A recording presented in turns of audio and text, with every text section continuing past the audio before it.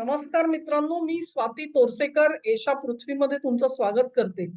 महाराष्ट्राचे माजी मंत्री बाबा सिद्दीकी आणि राष्ट्रवादी काँग्रेसचे एक नेते यांची हत्या करण्यात आली. ही हत्या असा कयास व्यक्त केला जातोय की सुपारी बाजांकडून केली गेली गेली आणि त्याच्यामुळे या हत्येचं गूढ जे आहे ते वाढलेलं आहे. त्याच्यावरती येणाऱ्या प्रतिक्रिया ज्या आहेत त्या राजकीय जरी असल्या तरी देखील एक प्रकारे अ, अनेक गोष्टींकडे त्या अंगुली निर्देश करताना दिसत आहेत. या हत्येच्या अनेक कथा तुम्ही वाचल्या असतील, तपशील वाचले असतील. आपल्या सगळ्यांना माहिती आहे की त्यांचा मुलगा जो आमदार आहे झिशान ह्याच्या ऑफिसच्या बाहेर सिद्दीकी गेले असताना त्यांच्यावरती हा हल्ला केला गेला. 3 हल्लेखोर होते जे वांद्रा स्टेशनला उतरून त्यांनी रिक्षा करून ते तिथे पोहोचले. त्यांची हत्या केल्यानंतर ते तिथून पळून गेले असं सांगितलं जातं. त्यानंतर सिद्दीकींना लीलावती हॉस्पिटलमध्ये दाखल करण्यात आलं, परंतु त्यांचा तिथे मृत्यू झाला. ह्याच्यानंतर सिद्दीकींच्या परिवाराच्या भेटीसाठी म्हणून राज्याचे मुख्यमंत्री आपण जाताना बघितले, दोन्ही उपमुख्यमंत्री जाताना बघितले. तेव्हा राजकीय वर्तुळामध्ये निश्चितच हादरा देणारी ही घटना होती. याबद्दल कोणाच्याही मनामध्ये शंका अर्थातच नाही. हत्येसाठी वापरलं गेलं ते हत्यार कसं होतं, तर ते 9 मिलिमीटरचं पिस्तूल होतं, जे चिनी बनावटीचं होतं किंवा मग एक दुसरी कंपनी एफ.एम. ब्राउनिंग म्हटली जाते. त्या कंपनीकडून असं पिस्तूल बनवलं जातं असं सांगितलं जातं.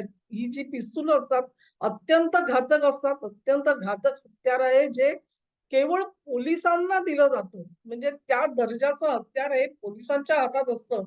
ते या गँगस्टर्सच्या हातामध्ये पडावं ही एक सर्वात मोठी गोष्ट त्याच्यामध्ये सांगितली जाऊ शकते.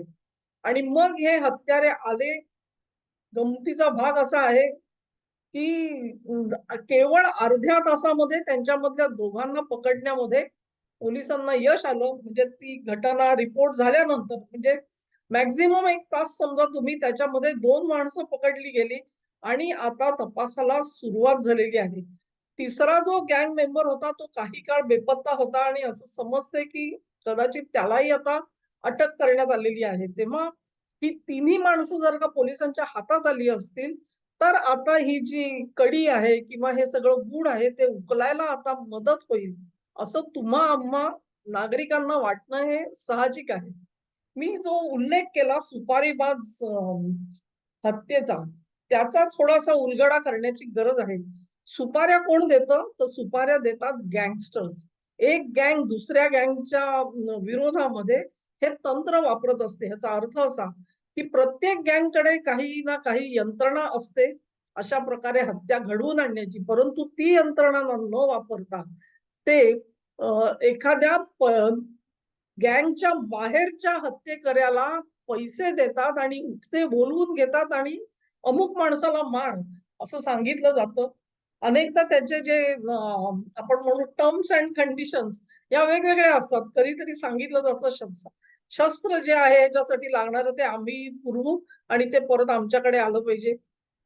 दुसरी गोष्ट त्या माणसाच्या राहण्या-खाण्याची सोय जी असेल, ती तो मनुष्य करून देतो किंवा त्यांनी स्वतःची स्वतः करावी, असं सांगितलं जातं. काही ठिकाणी ह्या मारेकऱ्यांनीच तिथे जाऊन रेकी करावी, देखरेख करावी, त्या माणसाचा एकंदर दिनक्रम कसा आहे आणि त्याला कुठे गाठल्यानंतर त्याला मारता येईल, ह्याचा जो एक अभ्यास करावा लागतो.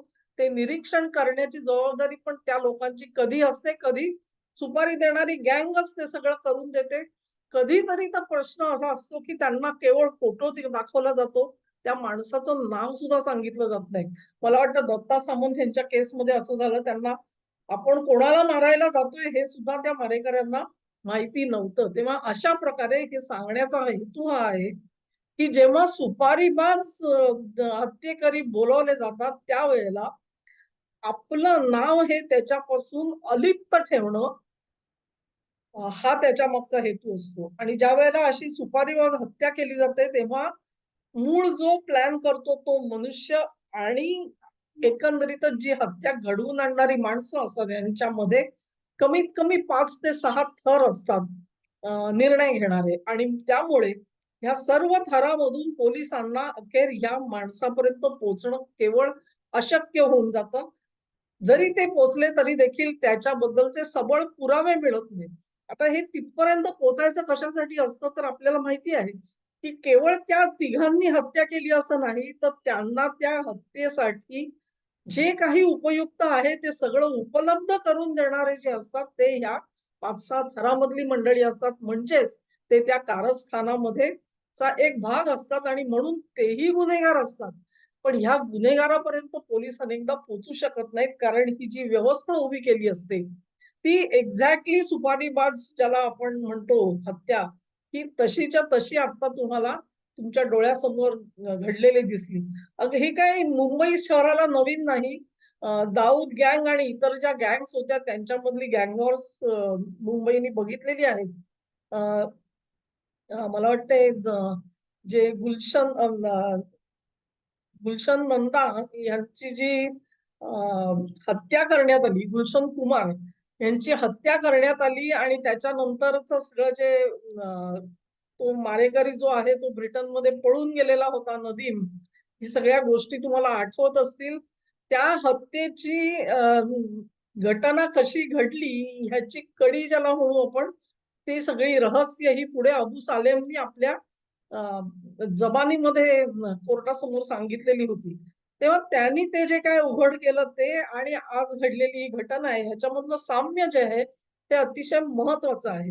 अशा प्रकारची जर का गँग्स मधलं जर का हे युद्ध असेल तर त्यालाही पार्श्वभूमी असते आणि ती पार्श्वभूमी अशी आहे, की बाबा सिद्दीकी हे जसे राजकारणामध्ये होते तसेच असं म्हटलं जातं, की ते बॉलिवूडमध्ये अतिशय प्रसिद्ध होते. बॉलिवूडच्या मोठमोठ्या सिनेतारकांना घेऊन त्यांच्या पार्ट्या चालायच्या. त्याच्यामध्ये मोठमोठे कलाकार आणि अन्य सिने व्यवसायामधली मंडळी येत होती. त्यांच्यामध्ये ते अतिशय लोकप्रिय होते. शाहरुख खान आणि सलमान खान यांच्यामध्ये जो काही वाद झालेला होता, तो वाद मिटवण्यासाठी मध्यस्थ म्हणून बाबा सिद्दीकी असलेले आपण फोटो बघितलेले आहेत. तेव्हा बॉलिवूडशी त्यांचे संबंध चांगले होते, हे एका बाजूची कथा. दुसऱ्या बाजूला बॉलिवूड आणि अंमली पदार्थ ह्यांच्यामधलं जे एक त्रिकूट आहे, ते त्रिकूट आपल्याला विसरता येत नाही आणि त्या त्रिकुटाचा तिसरा जो भाग आहे, तो अर्थातच बॉलिवूडला मिळणारा पैसा. हा जो पैसा आहे, तो अर्थातच काळा पैसा असायचा आणि त्या काळ्या पैशाचा पुरवठा परत एकदा ही गँगस्टर मंडळी करत होती. म्हणजे गँगस्टर मंडळींनी ड्रग्जमध्ये पैसा मिळवायचा, तो मिळवलेला पैसा चित्रपटात घालायचा. मग हे सगळे कलावंत जे आहेत ते कसे त्या ड्रग्सच्या आहारी गेले. अगदी सुशांत सिंग केस पर्यंत त्याची जी रचना आहे, ती रचना आपल्या डोळ्यासमोर आहे मित्रांनो. त्यामुळे हे सगळं जे त्याचं जे वलय आहे, हे वलय वगळून आपल्याला या हत्येकडे बघणं खरोखरच कठीण होऊन जातं. आता ह्या सगळ्या पार्श्वभूमीनंतर सुद्धा अ, अजून एक कडी त्याच्यामध्ये राहिलेली आहे. मी जे म्हटलं, की जो गँगस्टर्स आणि त्यांचा जो पैसा असतो, तो पैसा अखेरीस कुठे जातो, तर तो जसा बॉलिवूडमध्ये जातो, तसा रिअल इस्टेटमध्ये जातो. आणि मग बाबा सिद्दीकी असं म्हटलं जातं, की एस-आर-ए स्कीम जी आहे म्हणजे स्लम रिहॅबिलिटेशन जे झोपडपट्टीमध्ये मुंबईच्या झोपडपट्टीत जे लोक राहतात त्यांच्या पुनर्वसनासाठी जी योजना आखली गेली त्याच्यासाठी बिल्डिंग्स बांधल्या जातात आणि त्यांचं स्थलांतर होतं. त्यांना तिथे नवीन जागा दिली जाते वगैरे, वगैरे जी प्रोसेस आहे त्याच्यामधल्या एका कंपनीशी सिद्दीकींचे खूप जवळचे संबंध होते असं म्हटलं जातं आणि म्हणून याच संदर्भामध्ये अगदी 2017 सालापासून ईडीनी त्यांच्याकडे चौकशी केलेली होती. जवळ-जवळ 450 कोटीचा हा घोटाळा आहे, असं ध्यानात आलेलं होतं. आणि इतकंच नाही, तर त्या सगळ्या प्रक्रियेमध्ये काळ्याचा पैसा पांढरा करण्याची प्रक्रिया सुद्धा अंतर्भूत होती. हे सुद्धा ईडीच्या लक्षात आलेलं होतं आणि म्हणूनच ह्या प्रकारे ईडीच्या एकंदरीमध्ये सापळ्यात असलेल्या किंवा देखरेखीमध्ये असलेली ही व्यक्ती आणि तिचं हे एकंदरीत ही जी पार्श्वभूमी आहे ती बघितली, तर ही हत्या जी आहे ती अत्यंत गूढपणे केली जावी ह्याच्यामध्ये वाद नाही, परंतु ती अनेक प्रश्न जरूर उठवते. आणि त्याच्यामधले जे काही प्रश्न आहेत ते विरोधी पक्षांनी आज उठवलेले आहेत आणि त्याच्याबद्दल आपल्याला वाईट वाटतं कामा नये. आणि त्यांनी म्हटलेलं आहे सर्वात महत्वाची गोष्ट अशी की या सिद्दीकींना म्हणे वाय कॅटेगरी सुरक्षा दिलेली होती. त्यांनी 15 दिवसापूर्वी तक्रार केली होती. मला माझ्या जीवाला धोका आहे, सबब मला सुरक्षा दिली जावी. ती सुरक्षा सुद्धा बहाल केली होती. पण वाय कॅटेगरी सुरक्षेमधून जर का असा माणूस मारला जात असेल, तर मात्र ती गंभीर गोष्ट आहे. उत्तर प्रदेशात सुद्धा अतिकला पोलिसांच्या ताब्यात असताना मारला गेला अतिक, ही गोष्ट आपण विसरू शकत नाही. आणि त्याच्यामधले जे समांतर धागे आहेत का नाहीत मला माहिती नाही. पण त्याच्यामध्ये एक साम्य दिसतं आपल्याला आणि त्याच्याकडे आपल्याला लक्ष जरूर द्यावं लागेल. तेव्हा कायदा आणि सुव्यवस्था ह्याच्यावरती जर का विरोधक बोलत असतील, तर तत्व म्हणून ते मान्य करायला पाहिजे. अर्थात हे आरोप करणारे कोण आहेत याच्याकडेही लक्ष द्यावं लागेल. ते पुण्यापुऱ्या 2 वर्षापूर्वी सत्तेमध्ये होते. अगदी संजय राऊत असतील, एनसीपी मधले आजचे काही पुढारी असतील, ह्या सगळ्यांना 2 वर्षापूर्वी आपल्या राज्यामध्ये काय चाललेलं होतं याचा विसर पडलाय. ह्याची बोच माझ्यासारख्या नागरिकाला आहे. कारण असं की दर महिन्याला 100 कोटी रुपये वसूल करून दे.